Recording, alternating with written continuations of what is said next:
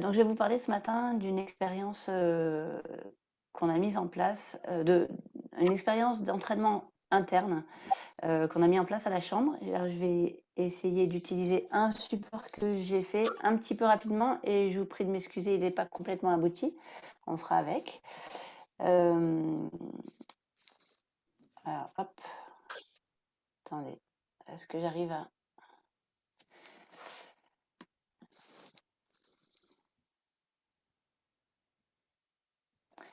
Qu'est-ce que vous voyez là? Vous voyez le bocal? Oui, oui, on voit un bocal, super. Donc, je voulais vous Oui, présenter le bocal magique de la Chambre d'agriculture. Alors, pour vous présenter ça, il faut quand même que je passe juste 2 minutes à vous présenter la Chambre Hmm. pour vous expliquer pourquoi on a mis ça en place. Donc, la Chambre d'agriculture, c'est une centaine de salariés à peu près et 35 élus qui sont élus par leurs pairs agriculteurs. Et dans les 100 salariés, on a des assistantes, on a des conseillers de terrain, on a des managers.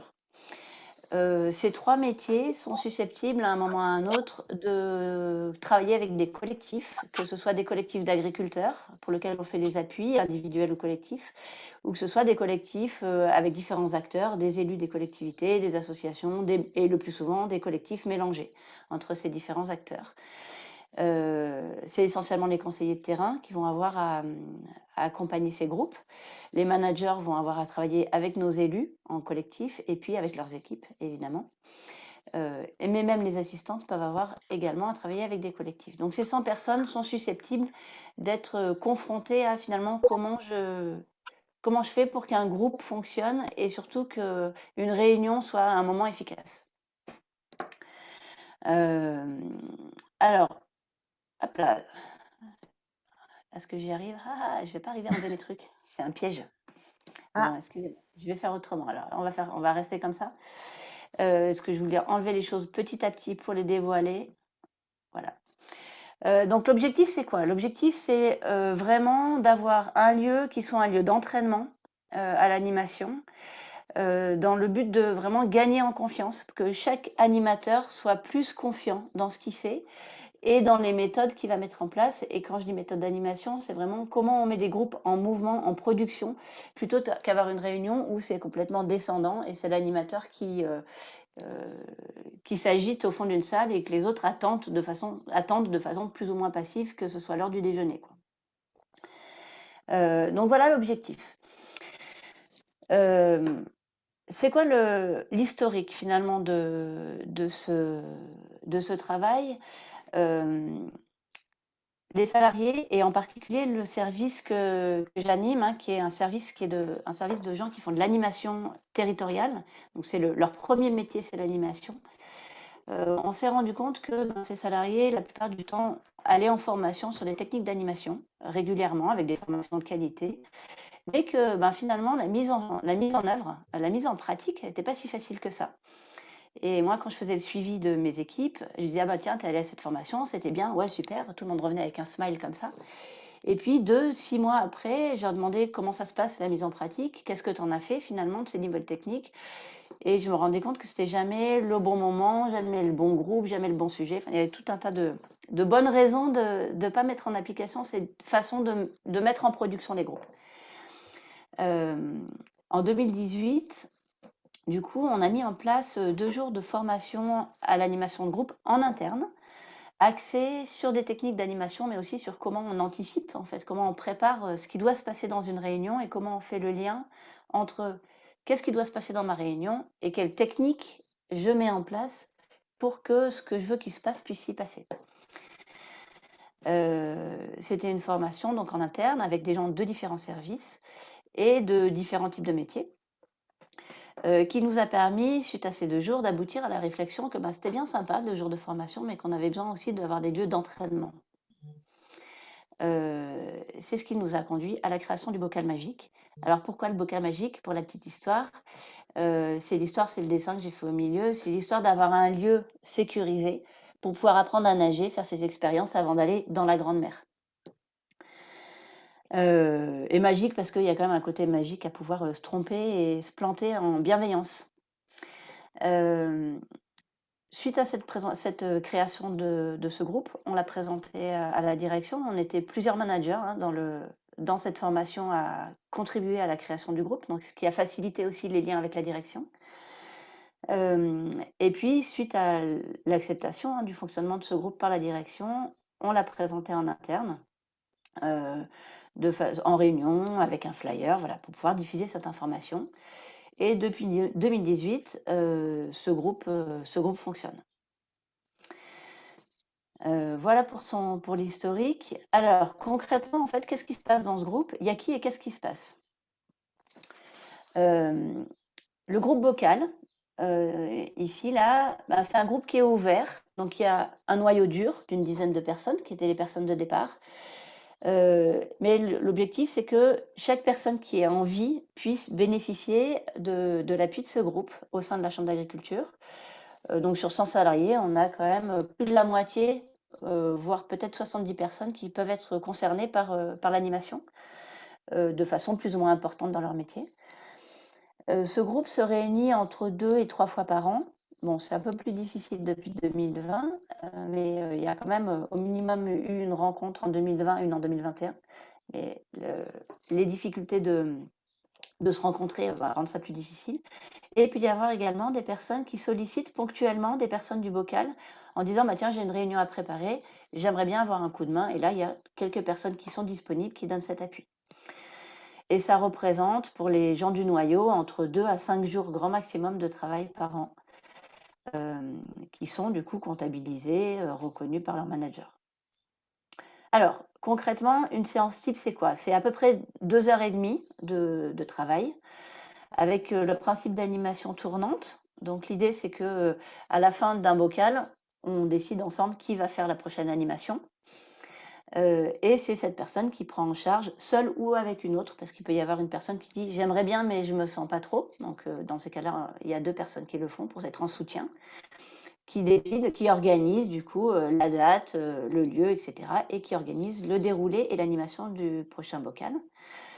Et qui établissent un ordre du jour en fonction des besoins des participants, qui vont solliciter avant, en disant ben voilà, est-ce que vous avez des choses sur le feu, des choses que vous avez envie de tester, des choses qui sont bien ou, pas passées, ou mal passées que vous avez envie de partager. Et donc, dans ce bocal, dans ces 2h30, il y a d'abord un temps d'inclusion, ce temps qui fait que voilà, on va tous se mettre dedans, dans la réunion. Et l'objectif, c'est de pouvoir expérimenter des temps d'inclusion différents, plus ou moins ludiques, plus ou moins longs, plus ou moins fouillés, parce que ça nous permet, à travers ce temps d'inclusion aussi, d'expérimenter d'autres méthodes pour le faire. Donc voilà, c'est bien l'objectif, d'expérimenter des choses. On partage les actualités des participants concernant l'animation, éventuellement un retour sur quelque chose qui a été testé la dernière fois, ou voilà, des choses qui ont été mises en pratique. Éventuellement, on va faire un débrief d'une réunion qui s'est particulièrement bien passée ou particulièrement mal passée, en essayant d'identifier finalement ça a été quoi les points de réussite, ou éventuellement à quel moment les choses ont fait que la réunion s'est mal passée, et comment on peut, quels sont les antidotes possibles. Et puis, et ça c'est le noyau dur de nos rencontres, l'idée c'est de pouvoir tester en live une méthode d'animation, alors que ce soit, j'en sais rien, moi, si vous connaissez ces méthodes, la méthode des chapeaux de Bono qui permet de positionner différents points de vue, que ce soit des méthodes de métaplan, voilà, plein de méthodes différentes qui permettent de mettre des groupes en réflexion ou en production. Et enfin, on termine par un temps de déclusion qui est ce temps où on boucle le temps où on est ensemble et on permet d'aller vers autre chose. Et de la même façon que pour l'inclusion, l'objectif, c'est de pouvoir tester différentes façons de le faire pour avoir chacun dans notre besace plusieurs façons de terminer une réunion. Voilà pour le déroulé. Est-ce que vous avez des questions, ou est-ce que je passe aux freins et aux points positifs et négatifs, aux freins et facteurs de réussite?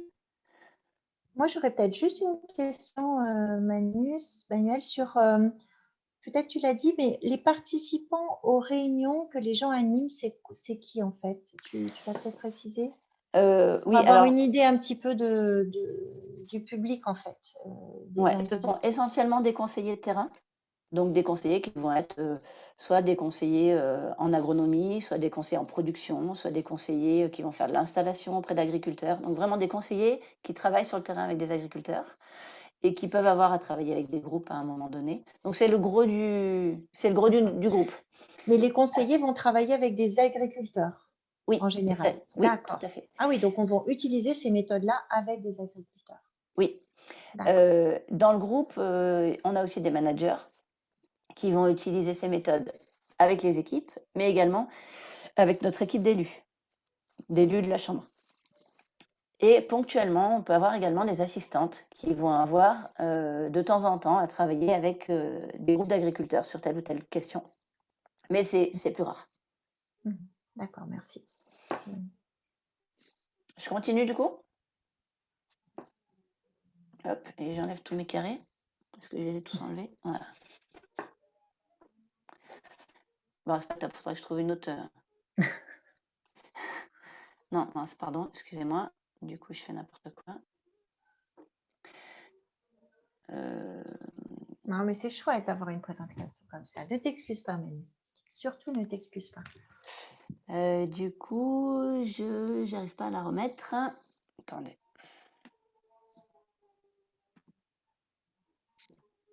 Donc, tu peux la remettre en bas. Ouais, ça y est, Tu sais, en bas, il y a un projecteur. c'est bon.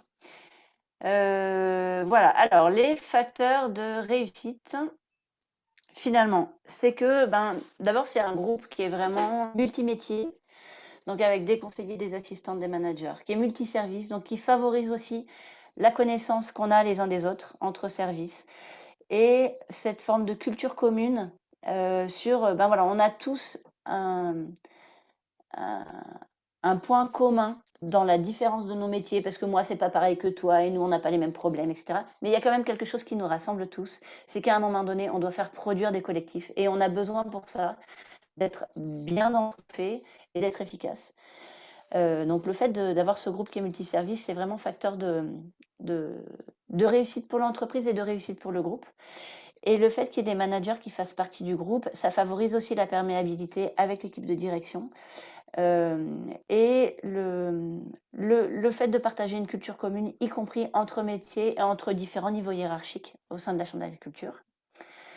Ce qui est un facteur de réussite aussi, c'est que petit à petit, il est devenu un groupe d'appui pour l'organisation et l'animation d'un certain nombre de réunions internes, et en particulier nos réunions du personnel, qui auparavant étaient des réunions, donc vous imaginez 100 personnes sur un même site, organisées de façon hyper descendante, où finalement les gens écoutaient 5 minutes, et puis au bout d'un moment, ça bourdonnait un petit peu dans la salle. Et donc on a transformé, en fait, le bocal magique a permis de transformer ces réunions en réunions beaucoup plus dynamiques, ludiques, et où à la fin, chacun ressort avec un super grand sourire en disant c'est super, j'ai appris plein de trucs et je me suis fait plaisir. Ça a contribué à faire reconnaître la compétence d'animation, qui a renforcé aussi le groupe bocal magique, et ça a permis de faire reconnaître aussi ce groupe comme étant vachement utile, parce que quand même, ça change la vie d'avoir des réunions qui sont animées. Et puis, ce qui est vraiment facteur de réussite, c'est que on a un noyau dur qui est le noyau des personnes qui ont créé le bocal au départ, qui est quand même la base qui va animer, relancer le bocal. Les facteurs limitants, il n'y a pas de secret, c'est vraiment de pouvoir maintenir la dynamique dans la durée. Ça, c'est vraiment pas facile sur le long terme. Et en particulier, quand on est dans des périodes de brassage, comme ça l'a été depuis le confinement, ou de surcharge de travail, c'est compliqué de garder du temps, de s'autoriser à garder du temps pour s'entraîner et pour gagner en compétences, parce que du coup, on est plus tous dans nos réalisations de travaux sans prendre le temps de s'ouvrir un petit peu. Et puis ce qui est limitant aussi, c'est que le noyau dur, il y a des gens qui changent, il y a des gens qui partent, il y a des gens qui n'ont plus envie, et renouveler ce noyau dur et pour alimenter la dynamique, c'est pas si facile que ça.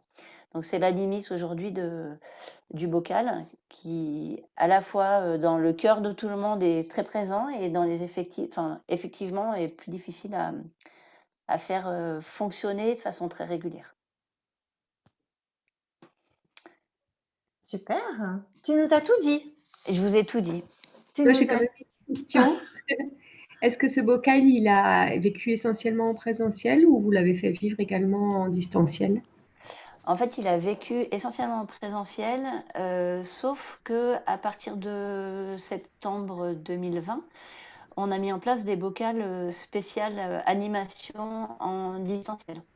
Où l'objectif, c'était justement d'apprendre à animer des réunions à distance. Ok. Et ça, vous l'avez fait en distance aussi, Oui, de du coup, réfléchir ouais. les réunions à distance. Très bien, merci. Oui. Mais ceci dit, l'organisation là à distance de bocal sur autre chose que animer en distanciel, on l'a pas fait. Ok. Ok. Une autre question de clarification éventuellement pour avoir bien saisi tout le message ou c'est tout bon pour vous? Bon. Eh ben, ça a l'air d'être tout bon. Bah, écoutez, ce que je vous Si, propose. Ah oui. si, dernière question. Oui, maintenir la dynamique sur le long terme, est-ce que ça reposait sur une personne ou sur le noyau dur? Est-ce que c'est une personne qui, voilà, qui veille à maintenir cette dynamique de ce bocal ou est-ce que c'est plusieurs personnes?